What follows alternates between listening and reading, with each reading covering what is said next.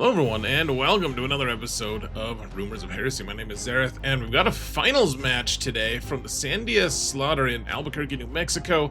This happened a couple weeks ago. I'm finally getting the final battle report done. You can find the rest of my battle reports from the rest of the tournament. It's a GT in the video description. You can find a link there. You can find a link to the Discord server. Go check that out. It's free to join. Check out the Instagram that I sometimes update. That's also in the video description. Everything is there. My entire list, all the things, my emotions. No, those aren't there. I don't think. Maybe some of them are there. So anyways, please leave a like, subscribe, comment, all that stuff as well. I'm kind of in a rush, folks. I need to record this so I can go to bed, so I can go to the next tournament. And so this will be released the day I'm going to the tournament. Let's move right along, shall we, folks? So this was at Duke City Games in Albuquerque, New Mexico, and here are the missions that we played. We didn't know them until we got there. So we're playing Mission K, which is something I don't have a lot of experience with, in Layout 3, which is also something I don't have much experience with. Here's the army I'm taking. It's a very small army. It's an army filled with, well, Ultramarine stuff. Marneus plus the Roboute is a pretty potent combination, and then I'm trying Vindicators for the first time. It's really cool. Have you ever found yourself loving the game Warhammer 40k, but maybe loving the time you spend with a paintbrush a little less, or maybe a lot less? You wish that you had really nice looking models, but you know it costs way too much to pay someone to do it. Well, I found myself in that situation basically forever. I used to paint my models a long time ago, and then suddenly my life got super busy, and now I just use Frog and Bear Studio exclusively. They do such a good job on my models. I don't really know why I would look elsewhere. He charges a very competitive price. He does a great job, and folks, I'm not bragging. I'm just telling you, I get complimented on how nice of an army I have all the time, several times every tournament. And of course, I just kick it back to him. I'm not going to take credit for it personally, but guys, this is an amazing studio and you should check it out. And right now, the proprietor of Frog and Bears is running a deal, which is really good price comparative to other commission painting services. He's offering to paint any monster or vehicle out there for 50 bucks. Go look at the high quality level of any studio painting place and find a place that's going to charge you 50 bucks for a monster or vehicle. You just won't find it, folks. Maybe you'll find it for a really low level quality thing, but guys, this is high level stuff. It is amazing. And for this entire spring, this deal is open. 50 bucks on any or all monsters and vehicles. Guys, do yourself a favor. He does a fantastic job. Tell him Zareth sent you, please. Go follow him on Instagram or just hit him up on Discord. You can find his information in either the video description, or you can actually see the things listed on this graphic as well. Guys, do yourself a favor. Seriously, go check them out. So here's my list, and yeah, we're playing Ultramarines. Typically, I'm going to be playing Salamanders next for this upcoming tournament, but I wanted to take the Gladius Ultramarines because I needed to shake off some rust. And it's fun to vary your armies, folks, change them up every once in a while, and so that's what I'm doing. We're playing Ultramarines. It's a GT. We got to bring our best, right? Our opponent is playing Chaos Demons, and I thought it was a meme list initially, because when I was reviewing the list, all the different lists from the tournament, this one was just all the characters, all the named characters, and that's basically it. And I was like, that's not going to get that far. Like, he's going to lose a couple of demons, and he can't do secondaries, and that's it. And he's just been bludgeoning his opponents, just destroying them. In fact, he was hoping he could play my last opponent, because that guy, he didn't know who I was, and that's fine. I don't feel insulted. He knew that my last opponent, the guy who played orcs, was like one of the best players out there, and so he wanted to face him. He's tabled Space Marines previously. A lot of people said he's a really good player, and so I had no issues with him, to be clear. Maybe it sounds like he's not a nice person or something. I don't know, but I had no issues with him. Really nice guy. So just a crazy list, though, and you'll see it has some bite. It is actually really crazy how strong it is. So let's jump into the actual narrative part here, folks. It gets crazy. So we're playing Scorched Earth, which is the one where you destroy objectives, and we're doing Search and Destroy, which is table quarters. My opponent got first turn, and here's what their deployments look like. You can see I'm doing something weird with my scouts. I decided that, so one of the biggest threats for his army is he can deep strike 6 inches, basically on the entire board. I mean, for all intents and purposes, it's deep strike 6 inches, then charge, which means he has to roll 6 to get in. Like he's gonna be able to get some really nice charges, and he can go uppy with at least 2 units at a time, and then immediately deep strike them where he wants them. And so the scouts are just gonna be there to screen him out. I don't want him to be able to land his guys in my back zone.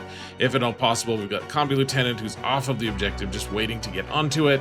The center places that I'm putting guys, we have Marneus and we have Roboute in the back. The Dreadnought's in the middle. One of the Vindicators is in reserves as usual.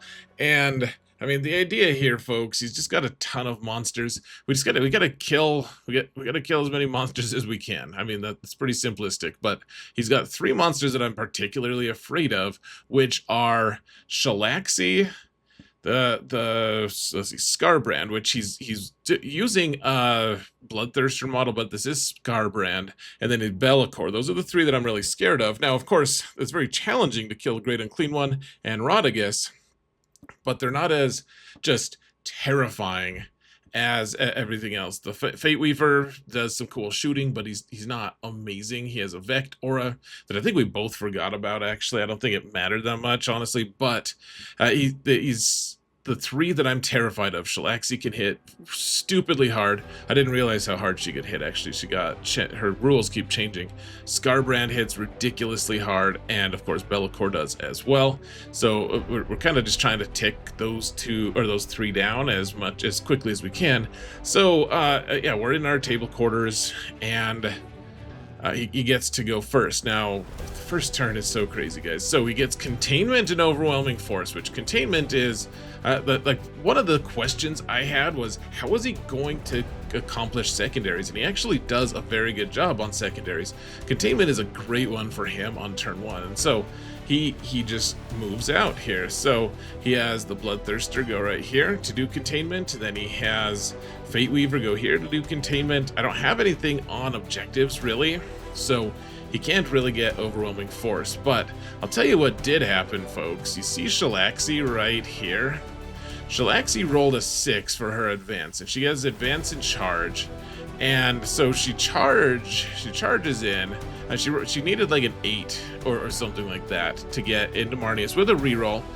So she charges in, gets into Marneus, and she has precision on her attacks, and I fail a couple invulnerable saves. She spikes some damage, and Marneus dies.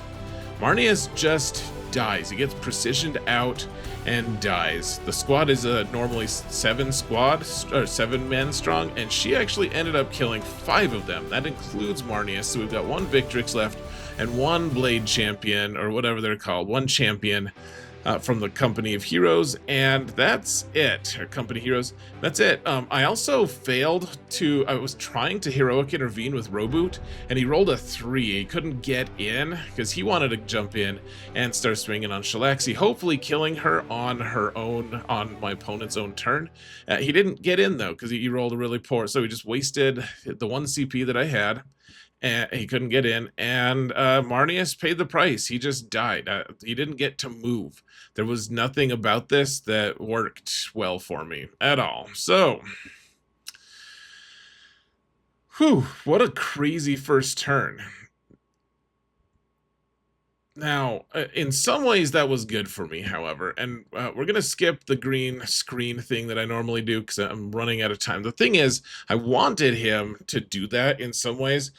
My process, my thoughts were going into this fight, I really want and need kind of to isolate the three big threats as I saw it. Like, I put the Combi Lieutenant objective where I get to reroll ones to wound on the center because I knew he was going to get in the center because he's got Rodigus and he's got the Great Unclean One. And those guys are really tough to kill.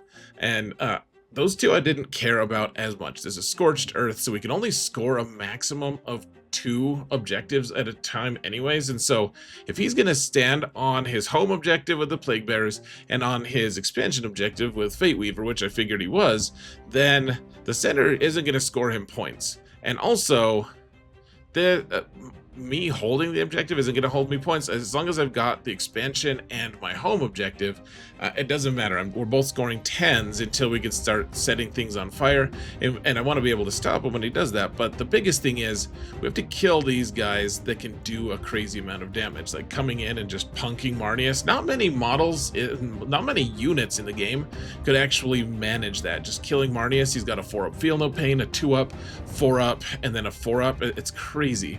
So Shalaxi kind of isolated herself here, though, because she's just kind of there on her own. Like, I can just kill her without worrying about him heroic intervening, and she's like 350 points or something like that. She's a lot of points. Marneus' squad in total is a little bit under 350. So if we can kill Shalaxi this turn, then awesome. Like, we'll be good to go. So anyways, we get Marked for Death and Sabotage, which Marked for Death is actually a funny one. We could potentially get that one if later in the game, especially because but he chose things that I couldn't get. And Sabotage, and I don't have any CP left. And remember, Marneus isn't giving me my extra CP. He's dead. He is gone. So gosh, just what a shock. So anyways, the Marneus squad, I kept wondering, how can I actually use it? Because he's not going to do that well. His squad isn't designed to really kill demons. Like, it can mess with demons a little bit. It can do some damage, but in reality, I felt like if I could find some way to sacrifice the Marneus squad to kill demons, then that's great. And in this way, I didn't really choose this as the way to do that, but it happened anyway. So so Shalaxi's right here. We got to take her out, and these fellows, they pass their leadership and fall back. That's cool. They fall back, and they do a few things. They eventually just fizzle out and die, but we fall back, and everything's just got to kill Shalaxi. We got to kill Shalaxi. He has a stratagem that lets him reroll failed ones on his invulnerable save, and he has a 4-up invulnerable save, and it gets really crazy, guys. It's really tough to kill these things sometimes, and he was rolling like a boss. He rolled so well. So even without the moment on Shalaxi, I barely killed her in time. I didn't want to charge with Roboute. If I had to, I was going to, but I really didn't want it to come to that, because if it did come to that, and I mean, if I whiffed, if he rolled a few more 4s, then I was just screwed. So I threw a grenade with the captain here, and everything shot at him, or at her.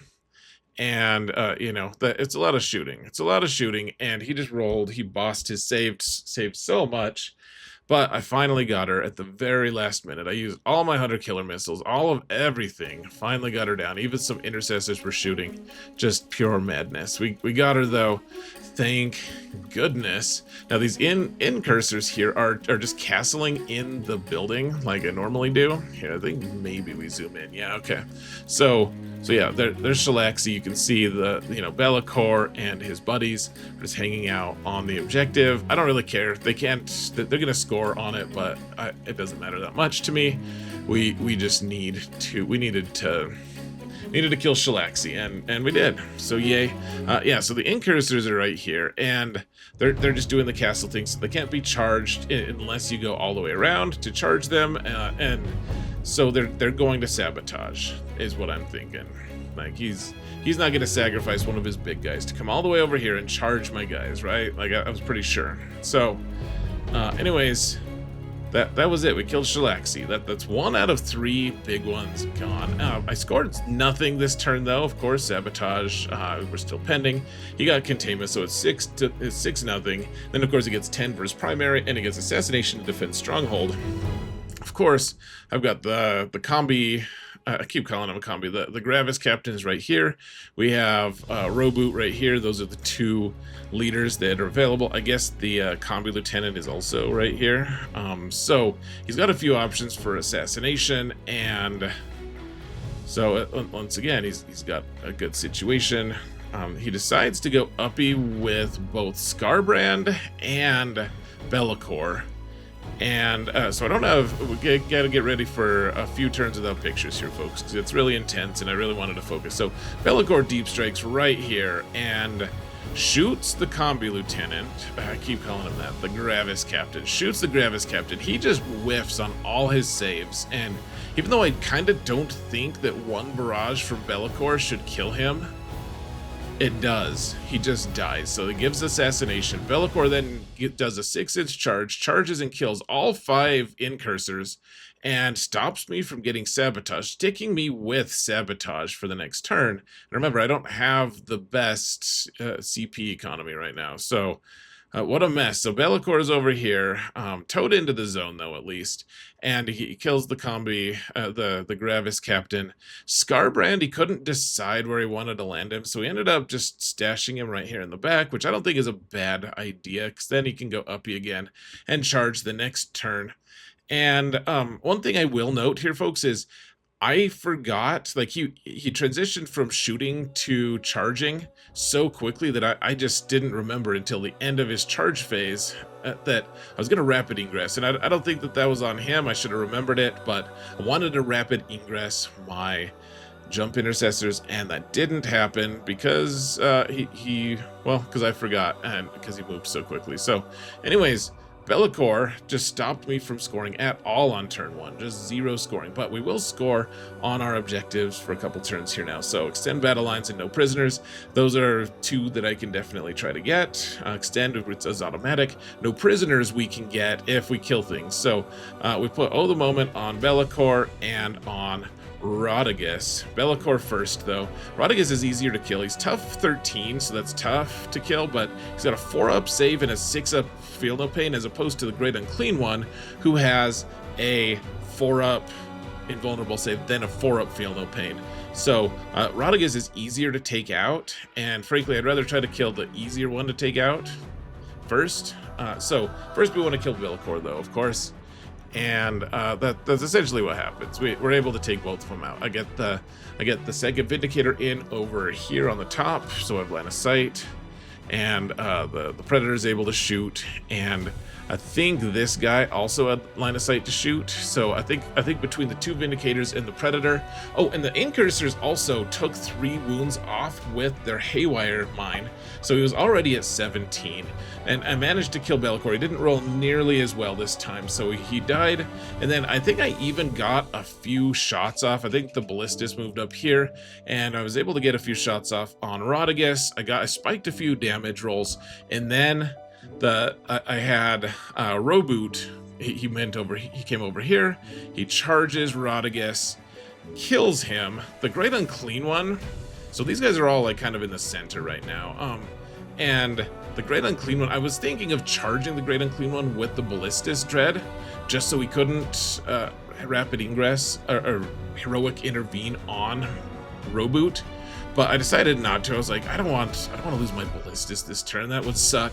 And so Roboute comes in, and his Great Unclean One does in fact heroic intervene, and he kills Roboute. Roboute does stand up, but he killed Roboute once, which was so tragic, very sad. But killed Rodagus, killed Be'lakor in 1 turn, and he was pretty surprised. He didn't think I was going to be able to do that. and I was very happy to upset him on that. Not upset him like make him mad, just to defy his expectations. So I ended up getting no prisoners for 4 and extend battle lines, making a little bit of a comeback here. Though we did get assassination, and he easily got to defend stronghold. And so he's only got Scarbrand that I'm afraid of. The rest of them, yes, they're tough to kill, but I've killed 3 of his big ones. He only has 3 left.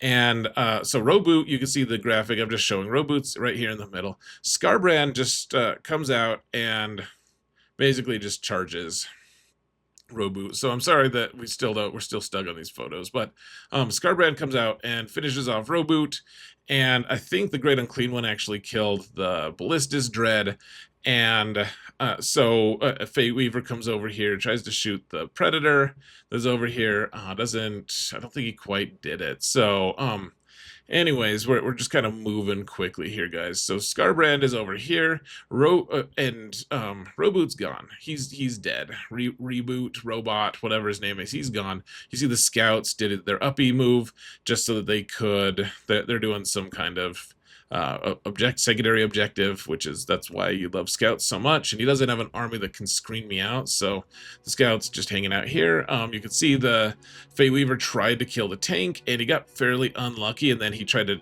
I think he charged the tank and still couldn't kill it, which is a big deal for me, of course. And so on his turn, I was able to rapid ingress the jump intercessors, and I was trying to decide, do they want to go onto his home objective and try to steal that, or should I just go into the center and make sure that we win? I decided, I don't know if I have the firepower to kill Scarbrand. If he rolls as well as he has on certain rolls, he's going to just keep living forever. And so even though we've got all of our tanks trained on him, I want some mortal wounds threatening from the jump intercessors. So they I believe they end up shooting the Scarbrand down before I'm forced to charge. But I needed that as a backup because we don't have Roboute anymore. I don't think we have the Victrix, like the Honor Guard squad anymore. Those guys are gone. I need something that can do that. So anyways, I ended up killing Scarbrand, and I had a couple other shots, did a few more wounds to the Great Unclean One, but couldn't quite finish him off, which was fine. I mean, he's tough with a 4-up feel no pain and tough 13. It's just a 4-up invuln. It's just quite ridiculous. But he doesn't have Scarbrand, which is a big deal for us, of course, because all he has now is a Great Unclean One, which isn't going to kill my whole army, even though he's already killed a ton of it. And he's got Fate Weaver, who can shoot like some indirect shots and a couple of decent shots, but he's not doing that well. So we're doing pretty well here, kind of. He got Storm Hostile objective and Cleanse for one of his guys cleansed, I think. I don't remember. I got engaged in all fronts, which was fun. I usually don't score that. I think that was what the scouts were doing. So anyways, he's able to he doesn't really have that much of a turn. He's able to, I think, kill off the Predator here, or maybe he failed to kill the Predator again. I think the Predator's giving him a hard time, and with Fate Weaver. And meanwhile, on my own turn, I was able to use all the Vindicator shots to kill the Great Unclean One. We've got another Predator over here shooting him, and so you can see the Great Unclean One, that he just set it there. It's not like respawned or backed up or something. He set it there because we both knew it was dead. And the jump intercessors here are just like, so they're doing a couple wounds here and there. Like they're really whittling the guy down. Actually, I was fairly impressed by those guys. And at the end, like all he's really got. I took this before I took the last one. So he doesn't have. He has Fate Weaver and he has some Plague Bearers. So the last turn was really quick. Yeah, I got Recover Assets and Establish Locus. I think it was, ironically, I think I Recover Assets. I didn't get in my home field. I think I just got it in his deployment zone and the opponent's or no man's land. I don't think I got it in my own because my intercessors were busy shooting at things, and I kind of missed the punch on that. But we got established locus with the scouts. Oh, the scouts got established locus, so I could only, they were the only ones that were in my opponent's deployment zone. So that's what ended up happening. So he got so we finally killed the Predator with Fate Weaver, got Bring It Down for 2, but at the end he just didn't have enough stuff to, like, Fate Weaver and a few Plague Bearers. Like, he tried to uppy the Plague Bearers and charge the Combi Lieutenant, and he did charge him. I gave him Armor of Contempt, and the guy didn't die. He did take that objective, but yeah, he wasn't able to really do that much. Fate Weaver killed something. Who even knows? I was able to burn an objective. He only held one objective though, and that was it. Because Fate Weaver was able to, like, kind of lured him out, and so Fate Weaver was he tried to charge and couldn't kill the Predator and wasn't able to get on the objective. So kind of unlucky on his part. My final draw for secondaries, I got Cleanse, which I could only do that on one because my Combi Lieutenant was on the other objective and couldn't actually cleanse. And then I got Cull the Horde, reroll it, get Assassination, and at that point I knew that I was just going to win because I was going to get 15. I was going to burn the center objective, hold 2, burn the center objective, and so I knew that with Cleanse I was going to win by 7 anyways. And so I tried to kill his Fate Weaver just for fun. I didn't end up managing that. He rolled really well again, and that happens. But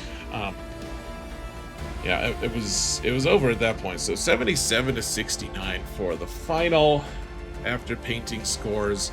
And he had a really nice army, by the way. He ended up winning Best Painted. So huge congrats to him. Really looked nice, and ended up winning by 8, which it's a pretty narrow margin, guys. It could have gone either way. Very, very, very close game. And surprisingly strong Demons list. I didn't think it was going to do as much as it did, but it did. So, gosh, that was it. Well, that list meant serious business, man. I can see how it tables things. Now that I saw it in action, like, it can do a lot. It was actually very impressive how much he was able to get done with just a few models. And he played it well. He played a really good denial style where he could get a lot of points on secondaries and just stopped me from scoring on my secondaries, and that made it really challenging. This is the lowest scoring game I had in the tournament, though I guess, you know, to be fair to myself, this was also the lowest scoring game that he had in the tournament. Like, it was really close, but he was just demolishing people. He got really high scores, and I can see how now in practice, because this guy's gonna be everywhere and he can charge all the different places. This is one of the reasons that I would love to get some infiltrators into my lists. I don't know how I could fit those in, but infiltrators would help quite a bit to help to protect against the vile predations of these chaos demons. So killing Bellicor and Rodagus in one turn on turn 2, like, you kind of just forced my hand. I was like, all right, if we don't kill these two, or at least we kill one of them, I'm screwed. Like, I have to kill Bellicor, and if I can kill Rodagus too, that's great, but we just got to gamble. And so that ended up paying off. He was able to get that really nice heroic. Like, there was so many missed rolls for both of us, honestly. Like, if my Roboute had gotten his heroic intervention on turn 1 against Shalaxi, who knows how the game would have ended. I have no idea, because he said that he was probably going to just turn Shalaxi's attacks into Roboute, and I just don't know. I don't know how that would have gone. He probably would have died, and then he maybe would have stood up. Who knows? And you know, but maybe I kill Shalaxi easier. Maybe it's tougher. I have more CP. So there was that. There was the time that I could have charged his Great Unclean One, and he didn't, and I didn't, and I paid the price and had Roboute die then, and then he stood back up again, and then he died to Scarbrand. But if he had not died when he was initially Heroic intervened into, then maybe he would have stood up and I would have had more capacity to do damage. And maybe, what if Fate Weaver had been able to kill the Predator when he needed to and then get back on the objective and score more from that? Like, there's a ton of things that could have happened that for either of us, there was a lot of vagaries of fate that were at hand. And I guess that makes sense. If we're playing against Chaos and these are all like the champions of Chaos, it makes sense that Chaos would reign supreme in this finals match. So it was a really intense fight to end things. This is the 5th game of the tournament. We're both obviously really tired. He actually ended up with more secondary score than I did. It just surprised me. And I think if either of us had played a little bit differently, the game would have looked totally different. The landscape would have been very different. He played very well, and I think he had a very good chance to beat me. Ended up in my favor this time, but I wouldn't want to face him again. Honestly, that was tough, man. He played a good game, and he had tabled some very impressive people before facing me. Like not just in the tournament, but in this tournament, but in other tournaments, like big names that you guys have probably recognized. So he's good. He was a good player. Good game. I ended up winning the whole thing though, so that was awesome. But very excited about that. I was the only undefeated player. You can see here my scores. I ended up with the undefeated, the only person who was undefeated. So I ended up with $400 of store credit. For some reason I thought that it was going to be $1,000 for the winner. It's a $1,000 split between the top like 4 or something plus something small for painting. So I got $400 of store credit, which is cool. We got this little trophy, which is neat.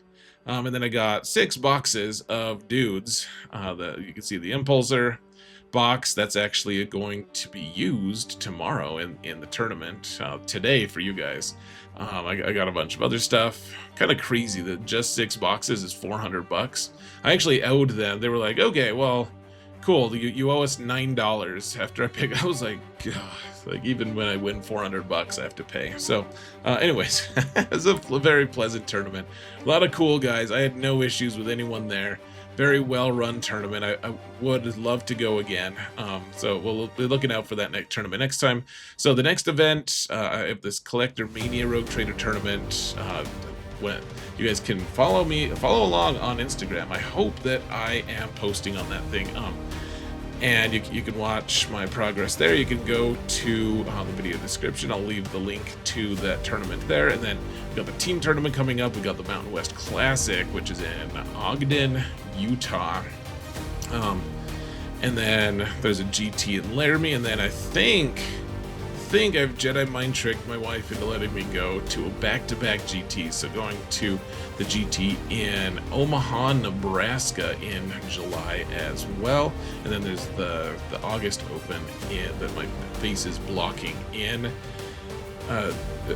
August. So lots of tournaments coming up. Maybe throw in a couple RTTs here and there. Who knows? But anyways, folks, that's it for today. Please remember to like, subscribe, comment, all those things. Hope you enjoyed this tournament review. Do you want these individualized tournament games, folks, or would you prefer just like one big report, or maybe like a 2 video report for GTs in the future? I'm just curious. Give me feedback, folks. Thank you all so much for watching, and remember that if you didn't hear it from me, it's probably heresy. Take care, folks.